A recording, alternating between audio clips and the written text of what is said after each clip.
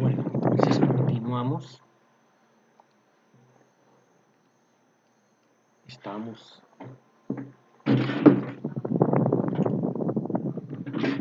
hablando de el proceso romano.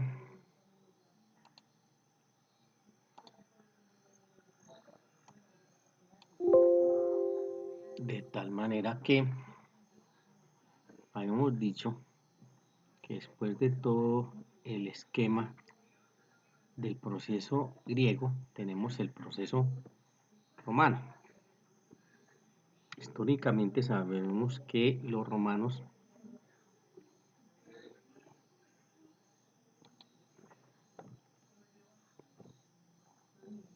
incorporan todo su conquista y su colonia sobre los griegos y entonces disponen de su imperio.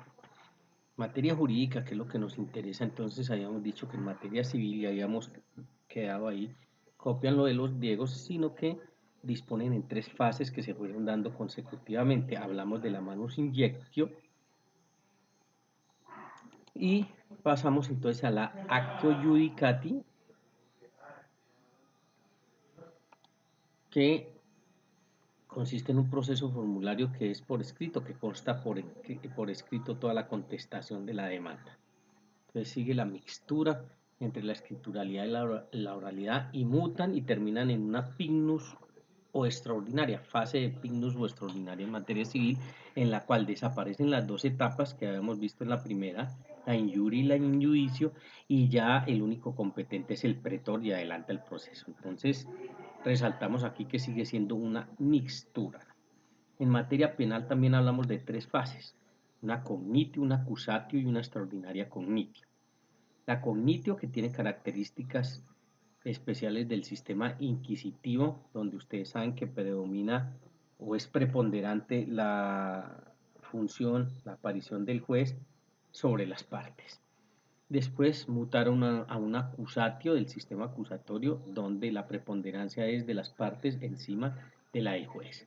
Para terminar en una extraordinaria cognitio, que es un sistema mixto, o sea, tiene características del sistema inquisitivo y del sistema acusatorio.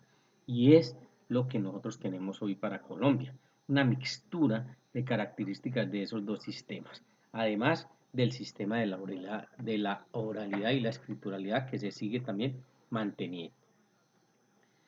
Unos principios que aparecen, o más que aparecen, porque no es que fueran totalmente nuevos, por la historia de Código de Hammurabi, el régimen de las 12 tablas ya existía, pero digamos que aquí se apuntalan, se robustecen y quedan constituidos para gran parte del mundo como principios universales en el tratamiento judicial. Entonces miremos los más destacados. Una indagatoria por obtener la confesión. El escenario de la indagatoria para poder llegar allí como garantía. No puede condenarse a una persona sin que pueda ejercer el derecho a la defensa. Y entonces se establece, y así lo tenemos en nuestra Constitución, que esa persona deberá aparecer con su abogado si tiene los medios para hacerlo y si no, el Estado le proporciona un abogado de oficio para que lo defienda. Pero siempre esa garantía de que esté un abogado de por medio garantizándole una defensa técnica. El recurso de apelación, que lo tendremos aquí que ver, en el cual, grosso modo, ¿en qué consiste? La posibilidad que se tiene de impugnar una sentencia con la que uno no esté de acuerdo. O sea, se dicta una sentencia, la sentencia es condenatoria y yo creo tener mis razones jurídicas para determinar que ese juez de esa primera instancia se equivocó. Por lo tanto, entonces interpongo el recurso de apelación contra esa sentencia y sube a un superior jerárquico, el cual va a determinar quién tiene la razón, si el juez o yo. Y entonces se manejan todo el esquema de las dos instancias. Una primera instancia, donde se dicta sentencia con la cual no estoy de acuerdo, y pasamos a una segunda instancia y veremos que ese será todo el mecanismo del recurso de apelación. Allá, en su respectivo momento, pues lo ampliaremos. El principio del non bis in idem, ¿en qué consiste esto? Esto es en materia penal la cosa juzgada. Nadie puede ser juzgado dos veces por el mismo delito siendo o en tratándose de las mismas partes, porque si no quedaríamos en un sinfín. Vean que la cosa juzgada, ¿qué es lo que garantiza?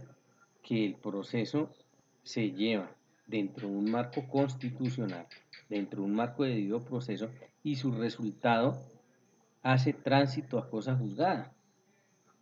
Porque ustedes se podrán imaginar, si eso no fuera así, pues no habría límite para adelantar un proceso y adelantar una actuación. Eso de una parte y la otra, que si tenemos la intervención de varios o de muchos jueces en distintas instancias, pues se puede dar lugar a la confusión, que unos digan una cosa, que otros otra. Entonces opera el principio del non bis in idem, es técnicamente en materia penal y sería la cosa juzgada en materia civil. Y veremos cosa juzgada formal y cosa juzgada material. Pero es el mismo concepto del principio. Precluir, terminar la actuación y, si eso ya fue juzgado, no someterlo a un nuevo juzgamiento. Y el indubio pro reo, que es que la duda favorece al reo en materia penal, lo verán y se extenderán en él. Pero si el juez hace un análisis de todas las pruebas y encuentra o le da o le presenta o se presenta para él unas dudas, esa duda tiene que ser a favor de el inculpado, del presunto infractor, porque la duda entonces le favorecerá por principio y el juez tendrá o tendría en ese caso que absolverlo. Después pasamos al proceso germano. Germania, pues que nos llama la atención, o lo ubicamos siempre en Alemania, ¿no? Y sí, ese es un nicho natural, pero es más amplio, como lo fue el imperio griego, como lo fue el imperio romano. Ustedes saben que el imperio romano abarcó no solo Roma, toda Italia, pero además de Italia otros países de Europa, además algunos de Asia, algunos de África, entonces a eso se refiere. Aquí también, pues lo que hoy conocemos como Alemania, que antes era la Alemania occidental y la Alemania oriental, pero en ese nicho. Tres situaciones procesales que son relevantes y nos interesan. Una primera, un primer estadio que es la composición entre las partes. Esto no es nada ni más, no es nada más ni menos que la autocomposición del conflicto, sino que con un ingrediente nuevo y es el dinero para indemnizar. Y eso se sigue utilizando en muchos de los esquemas procesales del mundo. Pues una primera posibilidad atribuida solo a las partes en el esquema de la autocomposición. Posteriormente, una citación privada en la cual solamente van las partes para intentar ponerse de acuerdo y conciliar si el asunto fuese conciliable. Y de no ser posible, entonces aterrizamos en el Tribunal del Pueblo. Vean que el tribunal ya es parte de un esquema judicial, de un aparato judicial en el cual ya interviene un cuerpo colegiado para resolver el conflicto y pasamos de la autocomposición a la heterocomposición, porque aquí ya necesitamos de un tercero ajeno al conflicto para que nos ayude a resolver. ¿Por qué? Porque las partes no fueron capaces por sí mismas de lograr ese acuerdo o esa conciliación. Importante en materia de ejecutivos que hablaban ellos ya desde allí de la expropiación de los bienes del deudor para cumplir al acreedor y es el esquema que tenemos actualmente en Colombia, no con esos nombres, pero sí conocerán ustedes que, por ejemplo, si se comprueba que hay una obligación incumplida por parte de un deudor, el acreedor tiene la posibilidad en Colombia de adelantar una acción ejecutiva, un proceso ejecutivo y, por ejemplo, llegar hasta las consecuencias del remate, rematarle los bienes a ese deudor con el fin de que se le pueda cumplir al acreedor. El proceso común o romano canónico tiene estos dos nombres. Es relevante tenerlo en cuenta porque indudablemente es el esquema jurídico que tuvieron en cuenta los españoles y lo aplicaron y por ende cuando hicieron la conquista aquí de América pues fue que nos impusieron. Entonces miremoslo con cuidado. ya lo saben, puede denominarse proceso común o romano canónico. Aquí hay una gran influencia de la religión católica, porque la religión católica en el dominio que quiso imponer a todos los pueblos donde fue conquistando, donde fue canonizando, pues quiso anteponer, como ellos lo concebían para la época, el tema religioso sobre el tema inclusive judicial. Entonces miremos en materia penal y en materia civil qué sucedió. En 1197 ya Alejandro II, como emperador romano, dispuso como objetivo perseguir la herejía. ¿Qué era la herejía? ¿En qué consistía la herejía? Hereje era considerado aquella persona que no seguía de alguna manera los presupuestos, los principios de la religión católica. Y si esta persona era catalogada de esa manera, que era un hereje, ¿qué había que hacer? Iniciarle un proceso para determinar si era culpable o no. Y se montó todo un esquema que ya les digo para nosotros o en nosotros aquí en Colombia lo aplicaron a rajatabla. Y era el tema de la herejía de la mano de la religión católica y sus principios. Miren que esto en la evolución del mundo no ha sido exclusivo. Tenemos muchos regímenes totalitarios que solo mencionamos uno que es muy diciente porque también marcó el derrotero y la fórmula y el quehacer de los pueblos en el mundo entero y fue el tema de la Primera y la Segunda Guerra Mundial con el esquema nazi.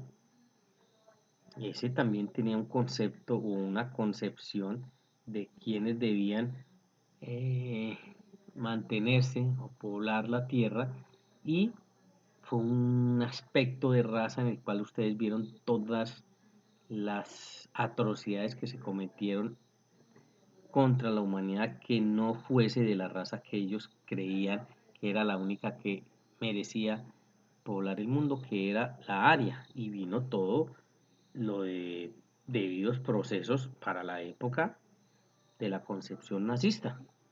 Bueno, aquí estamos frente a la religión católica en el tema de los herejes. Entonces, ¿quién era considerado hereje? Iba a un proceso. En 1229 se codifican las normas en torno al manejo de esa herejía, que es codificar. Codificar es la reunión de las normas, que es lo que hemos venido nosotros tradicionalmente haciendo. Entonces nosotros tenemos de codificación de normas según las ramas del derecho.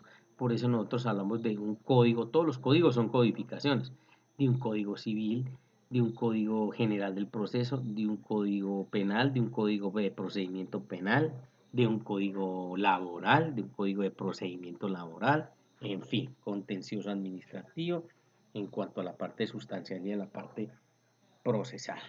Entonces allí empiezan las codificaciones y es nada más ni nada menos que la agrupación de esas normas en o por las ramas del derecho. Ya puntualmente el procedimiento, ¿cuál era el procedimiento para aquellas personas que eran catalogadas como herejes?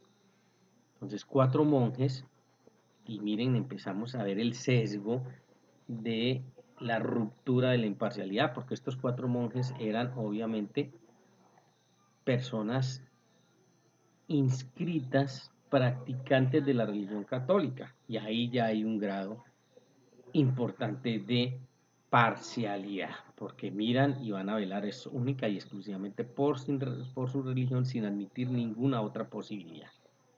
Concedían un periodo de gracia de 15 a 30 días para confesar. Ese era un primer escenario. Si la persona llegaba a confesar y admitía su error en separarse de los principios de la religión católica en su obra, no solo teórica, sino en el quehacer, pues bueno, iba a tener una pena que no era tan drástica. Si no confesaba, entonces el párroco citaba, y aquí tenemos los contumaces, o aparece la palabra de contumas, sería contumaz, porque no quiso confesar. El párroco simplemente, miren que lo citaba, no era él quien lo iba a juzgar, ni era él en el fondo el que lo juzgaba, él simplemente lo citaba como contumaz.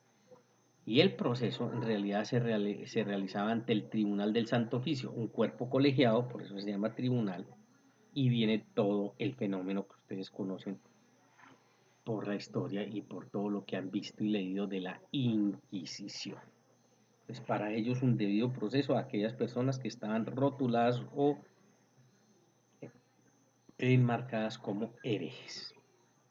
En materia civil se dispuso de 4 etapas en un estricto orden: introductoria, probatoria, discusoria y decisoria, que todos sus nombres nos llevan o nos conllevan a pensar qué o para qué está destinada cada una de esas etapas, de estas 4 etapas. La introductoria, que es la primera en la introducción, que tiene que ver con el tema de demanda y contestación de la demanda y todo lo que allí se ventila. Pasamos a una segunda etapa, que es la probatoria, que es el tema de pruebas, aquellas pruebas que fueron solicitadas y decretadas. Aquí vamos a practicarla, viene la práctica de la prueba, entonces se hace en esta segunda etapa. Una tercera etapa de discusión, una vez practicadas las pruebas, todo el elemento de argumentación y fundamentación jurídica. Y terminamos con la cuarta etapa, que es la decisoria, la decisión, la etapa del fallo, en la cual es el heterocomponedor quien interviene y hace esa respectiva valoración y con ella llega a un fallo. Entonces eso en cuanto al proceso común o romano canónico. El proceso de la common law, normas con origen en la costumbre y se ven reflejadas en la jurisprudencia. El common law lo tenemos que ubicar en lo que hoy conocemos como Reino Unido, como Inglaterra, y también con la misma advertencia que hicimos de los germanos, de los griegos, de los romanos, pues la mayor influencia en estas ciudades, pero más extensivo no solo por la situación geográfica. Bueno, ellos como fuente del derecho tienen es la costumbre, y el ejercicio de la costumbre y lo reiterativo de la costumbre es la que los jueces van mirando y van sentando jurisprudencia. Fuente del derecho, que es la que ellos utilizan primordialmente. Hay varias fuentes del derecho. Nosotros primordialmente, o para nosotros la principal es la ley. También están la doctrina, la jurisprudencia, la costumbre. Bueno, para ellos la principal es la costumbre derivada en una jurisprudencia, que son los fallos de los cuerpos colegiados y van sentando el precedente. Eminentemente oral, ellos guardaron y respetaron ese esquema de la oralidad con críticas en el mundo que avalan que bastante eficiente, bastante representativa, y la copiaron en muchos otros estados y aplicados por cuerpos colegiados que se conocían como cortes o tribunales. Entonces ese fue el aporte de ellos. Proceso liberal apunta y tiene que mirar con el tema de la Revolución Francesa y lo que ella dejó para el mundo. En materia jurídica, pues varios aspectos también, porque esos principios de la Revolución Francesa se llevan a todos los esquemas, o todos, no, la mayoría de esquemas jurídicos en el mundo. Ejemplos de ellos: se implanta el jurado de conciencia. El jurado de conciencia son unas personas escogidas dentro de ese mismo núcleo social en el cual se lleva a un escenario de pruebas por parte del Estado, unas por parte de la defensa, otras, y estas personas tienen los elementos de juicio entonces para dictar el fallo correspondiente, muy común en Estados Unidos, hasta la saciedad. Ahora vemos películas de corte judicial en materia penal con los famosos jurados de conciencia, cómo intervienen los pools de abogados, en fin, todo esto orientado a eso y como origen en el proceso liberal. Ya en el procedimiento, una primera etapa de instrucción con características mayoritariamente inquisitivas y otra acusación en ese mismo escenario, y una segunda etapa de juzgamiento, que es en el fondo como está concebido el proceso penal hoy para Colombia. Entonces ahí también lo tienen en cuenta. Y se terminan los procedimientos secretos. Claro, como consecuencia de la Revolución Francesa, dentro de sus grandes aportes está que el proceso debía volver a su esquema original, y era que las actuaciones fuesen públicas, que fueran de conocimiento de la sociedad, no secretas como lo llegó a imponer la Inquisición, en lo cual se violaron absolutamente todos los principios y los procesos eran y los procedimientos secretos. No, se vuelve al esquema de la publicidad de los procesos públicos y de carácter público para demostrarle a la sociedad que se actúa con transparencia, con ética y por eso está a la luz pública. Y terminamos esta sesión con los aportes de los procesos en el régimen socialista. Más que un régimen socialista, habría que hablar de los regímenes socialistas, que también conocen ustedes por la historia, han sido varios, en cuanto que en contraprestación con los regímenes capitalistas, pues se constituyeron en otras corrientes políticas que aportaron varias situaciones jurídicas relevantes y de importancia, en el cual destacamos estas cuatro. Primero, el juez de oficio declara excepciones no invocadas por el demandado. Pues miren que esta terminología se tienen ustedes que empezar a adaptar y tienen que empezar a conocerla, y cuando les hablen de actuaciones del juez de oficio, nos está hablando o está hablando que el juez los hace mutuo propio. O sea, él toma la iniciativa y él puede hacer esas actuaciones porque la ley se lo permite. Y declara excepciones no invocadas por el demandado. ¿Qué son las excepciones? Las excepciones son mecanismos de defensa que verán más adelante. Y miren cuál es la garantía, que aún si el demandado no las ha propuesto, pero están probadas dentro del proceso, el juez así las tiene en cuenta para su fallo. Importantísimo. El principio de la congruencia y el alcance del principio de la congruencia. ¿Qué es o en qué consiste este principio de la congruencia? Y también lo tendremos que desarrollar adelante y lo desarrollarán ustedes en otros microcomponentes o asignaturas. La congruencia es la coherencia que tiene que haber entre el fallo, o sea, la decisión del juez, y el actuar de las partes. Entonces, es un marco y determina que debe ser en ese sentido, pero hay unas excepciones en los cuales le dice: usted, señor juez, se puede separar del principio de la congruencia y por lo tanto puede fallar extra o ultra petita. Extra petita, ¿qué quiere decir? Petita primero viene de petitum, ¿no? Extra petita quiere decir por fuera de lo pedido. Y ultra petita quiere decir más allá de lo pedido. Entonces hay unos eventos en Colombia en los cuales se le dice a los jueces, por ejemplo los de familia, que no están atados al principio de la congruencia. ¿Por qué? ¿Cuál es la razón de esto? En beneficio del núcleo familiar. Miren que podemos estar ante un escenario de un conflicto entre adultos, pero esos adultos viven en pareja o son pareja y tienen hijos. Y resulta que llevan al escenario del juez de familia su problema, su conflicto entre mayores. Bueno, el juez lo atiende, pero como puede fallar extra y ultra petita, pues entrará obligatoriamente a referirse el tema de los hijos, para resolver en todo el conflicto que pueda armarse en el núcleo familiar. Entonces, por ejemplo, podrá fijar la cuota de alimentos, podrá fijar la custodia, el cuidado, la patria potestad, en fin, todo lo que tenga que ver con esos menores. Y mire que las partes no se lo solicitaron, ellos fueron solo por su conflicto que tenían entre ellos dos y no más. Pero como está habilitado el juez de familia, entonces procederá a ese tipo de fallos. Se aparta del principio de la congruencia. La libre apreciación de la prueba no tarifa legal, que quiere decir que hoy el juez toma en conjunto las pruebas y las aprecia libremente. Antes habían unas tarifas legales en las cuales decía y se refería más al tema cuántico que cualitativo, y se regía por un número de veces que se sucediera con unas características similares o iguales. Afortunadamente, pues ya la tarifa legal se desmontó y ahora hay una apreciación libre por parte de nuestros jueces de la prueba, de todas las pruebas que se lleven al proceso.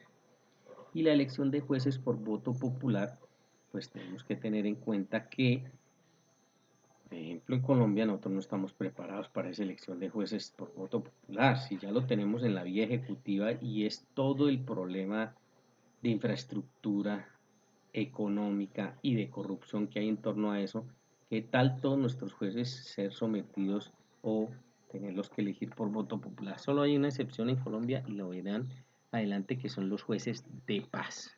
Ellos son los únicos que en Colombia se eligen por voto popular. De esta manera, entonces, dejamos concluida esta